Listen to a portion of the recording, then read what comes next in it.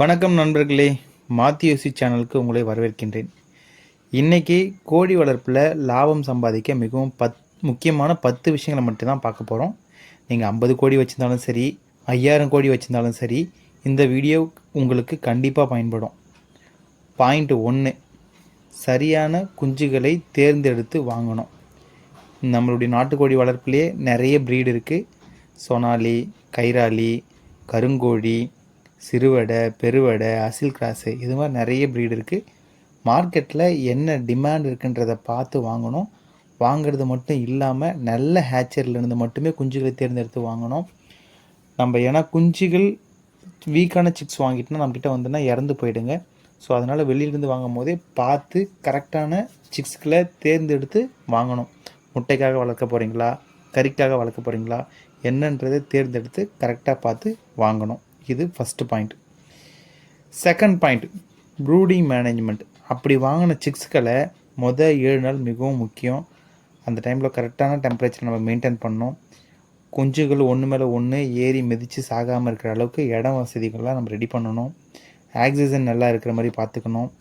மூச்சு வாங்காமல் நல்ல கரெக்டான டெம்பரேச்சர் மெயின்டைன் பண்ணணும். இது செகண்ட் பாயிண்ட். ப்ரூடிங்லேயும் நம்ம பார்த்தோன்னா கரெக்டாக ப்ராப்பராக ப்ரூடிங் போடணும். அப்போ தான் நம்ம சிக்ஸ்களை அடுத்த கட்டத்துக்கு வளர்த்து கொண்டு போக முடியும். 3வது பாயிண்ட், சுத்தமான குடிநீர் வைக்கணும். குடிக்கக்கூடிய தண்ணீர் பார்த்தோன்னா சுத்தமான தண்ணியாக இருக்கணும்.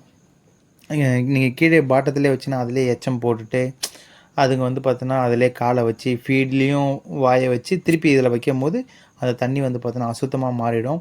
ஸோ அந்த தண்ணியை திருப்பி குடிக்கும் போது நோய்கள் வரும். ஸோ சிக்ஸில் பார்த்தோன்னா நம்ம எப்போவுமே ரொம்ப காலையிலையும் ஈவினிங்கும் பார்த்தோன்னா கேர்ஃபுல்லாக கவனமாக என்ன பண்ணணும், தண்ணியை மாற்றணும். ஸ்டாண்டு அதுக்கேற்ற மாதிரி ஸ்டாண்டு வச்சு கரெக்டாக தண்ணியை மெயின்டைன் பண்ணணும்.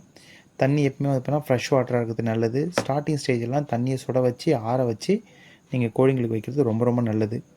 தினமும் க்ளீன் பண்ணுங்கள். கீழே இருக்கக்கூடிய அந்த நியூஸ் பேப்பரில் போட்டு வச்சுருக்கோங்க, அதனுடைய எச்சத்தை க்ளீன் பண்ணணும். அதே சமயத்தில் அழுக்கான தண்ணீர் நோய்களுக்கு முக்கிய காரணமாக இருக்கும். அதை நீங்கள் மறந்துடவே கூடாது. ப்ராப்பராக நீங்கள் க்ளீன் பண்ணணும். Point 4, quality feed. ஸ்டார்டிங்கில் நம்ம குஞ்சுங்களுக்கு பார்த்தோன்னா ஸ்டார்டரை தான் கொடுப்போம். அதுக்கடுத்தது க்ரோயர், ஃபினிஷர்னு சொல்லிட்டு அடுத்தடுத்த கட்டத்துக்கு கொண்டு போவோம். அதுங்களுடைய வயசுக்கு ஏற்ற மாதிரி நம்ம கொண்டு போவோம். ஸோ அதை நம்ம ப்ராப்பராக பார்த்து எந்த கம்பெனி தீவனம் நல்லாயிருக்கும் அப்படின்றத பார்த்து கொடுக்கணும். கூடவே அசோலா இது மாதிரியான பசுந்தீவனங்களை நம்ம வளர்த்து கொடுக்கும்போது நல்லா அதுங்களுக்கு பார்த்தோன்னா ஹெல்த்தியாக இருக்கும். ஓகேங்களா. ஃபீடு ஈரமாக இருக்கக்கூடாது. அதுக்கேற்ற மாதிரி நம்ம பார்த்தோன்னா ட்ரை பண்ணி கரெக்டான ஈரப்பதத்தில் கரெக்டாக கொடுக்கணும். நம்ம பழைய ஃபீடை பயன்படுத்தாதீங்க. கெட்டு போயிருந்தால் அதை பயன்படுத்தாதீங்க. நல்லா இருக்கக்கூடிய ஃபீடை மட்டும் பயன்படுத்துங்க. பாயிண்ட் 5, ஃபீடை வேஸ்ட்டை கண்டிப்பாக குறைக்கணும். ஃபீடர் முழுவதும் அப்படியே ஃபுல்லாக கொட்டி வச்சுட்டு போயிடாதீங்க. பாதி அளவு போதும், காலியாக கொட்டிக்குங்க. சரியான ஃபீடரை பயன்படுத்தினா செலவு குறையும். கரெக்டாக கிரில் இருக்கான்னு பார்த்துங்க. சிக்ஸ் இருக்கும்போது ஒரு ஃபீடர் வாங்கணும், வளரும் போது ஒரு ஃபீடர் வாங்கணும், ஃபைனல் ஸ்டேஜ் பெரிய கோழிங்களுக்கு இருக்கும்போது ஒரு ஃபீடர் இருக்கும்.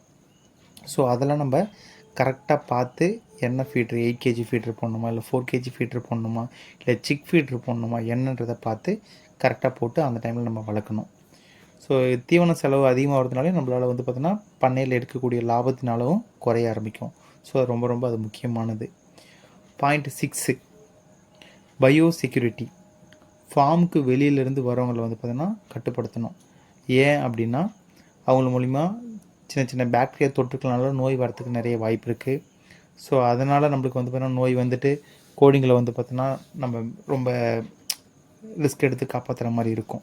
ஸோ மருந்தெல்லாம் ரொம்ப பயன்படுத்துகிற மாதிரி இருக்கும். ஸோ அதனால் அதையும் நம்ம பார்த்தோன்னா பார்க்க வேண்டியது நம்மளுடைய முக்கிய கடமை.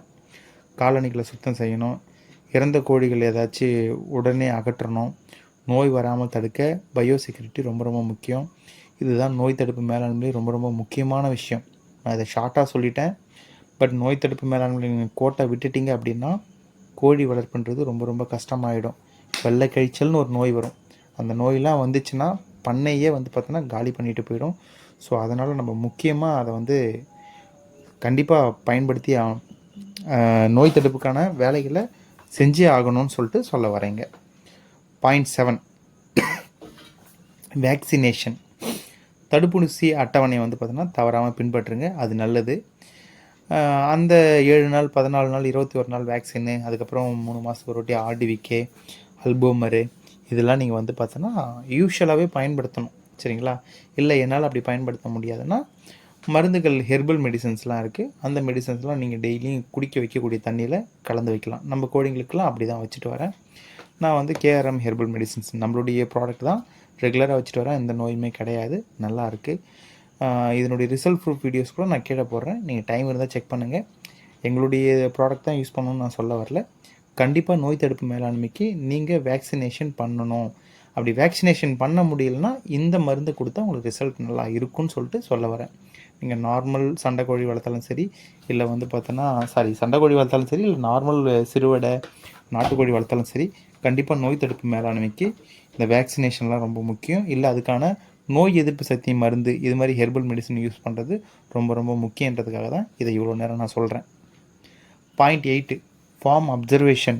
தினமும் கவனிக்கணும். வந்தோம், தீனி வச்சோம், மருந்து ஊற்றி வச்சோம், ஓடிட்டோம் அப்படிலாம் இருக்கக்கூடாது. தினமும் காலையிலையும் பொழுதுக்கும் கவனிக்கணும். தீனி நல்லா சாப்பிடுதா, தண்ணி ஒழுங்காக குடிக்குதா, சோர்வாக இருக்குதா, கழிவு இயல்பாக இருக்கா, அதுதான் ரொம்ப முக்கியம். கடிச்சலாக போகுதா அப்படின்றத ரொம்ப பார்க்கணும். தினமும் 5 நிமிஷம் இதை வந்து நம்ம கண்டிப்பாக பார்க்கணும். இப்படி பார்க்குறதுனால பெரிய இழப்பை ஈஸியாக நம்ம தவிர்த்திடலாம். பாயிண்ட் 9 நல்ல எக்யூப்மெண்ட்.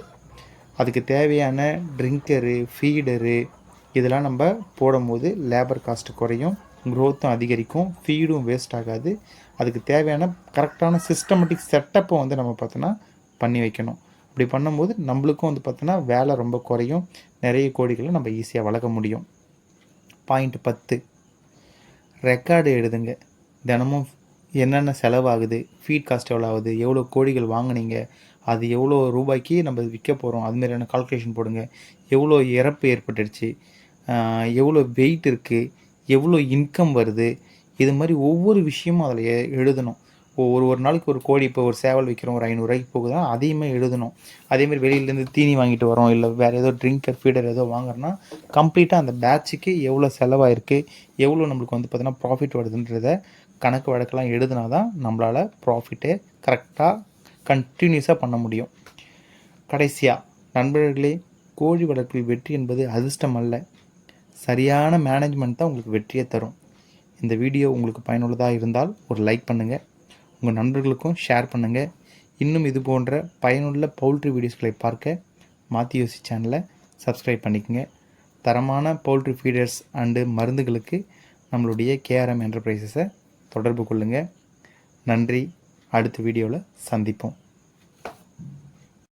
நோய் எளிதாக வரும். முன்னெச்சரிக்கை கவனம் தேவை. வருமுன் காப்போம். மாத்தியோசி லைஃப் ஈஸி.